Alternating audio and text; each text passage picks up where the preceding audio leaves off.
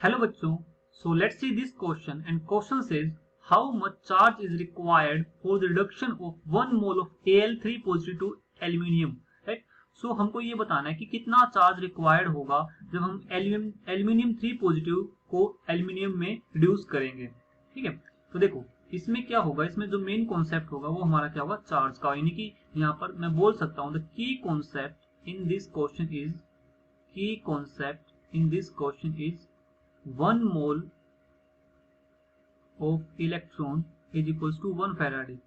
ये हमारा जो 1 मोल ऑफ इलेक्ट्रॉन होगा वो 1 फैराडे के इक्वल होगा। और हमको पता है 1 फैराडे में कितना चार्ज होता है, इसमें इतना चार्ज होता है 96500 कूलोम।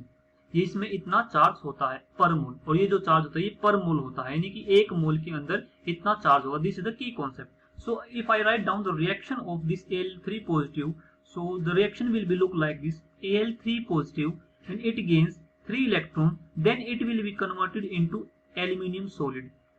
इसका मतलब ये हुआ कि जब इलेक्ट्रॉन ने 3 मोल ऑफ इलेक्ट्रॉन को एक्सेप्ट किया तो ये एल्यूमिनियम में कन्वर्ट हुआ। तो यहां से मैं बोल सकता हूं 3 मोल ऑफ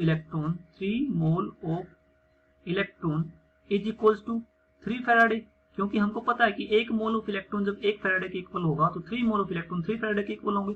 और हमको यहाँ से क्या पता चलेगा, यहाँ से हमको पता चलेगा 3 faraday is equals to 3 into 96500 coulomb. So ये इतना चार्ज आएगा। तो अगर हम इसको सोल्व करें तो ये आ जाएगा अप्रोक्सीमेट 289500।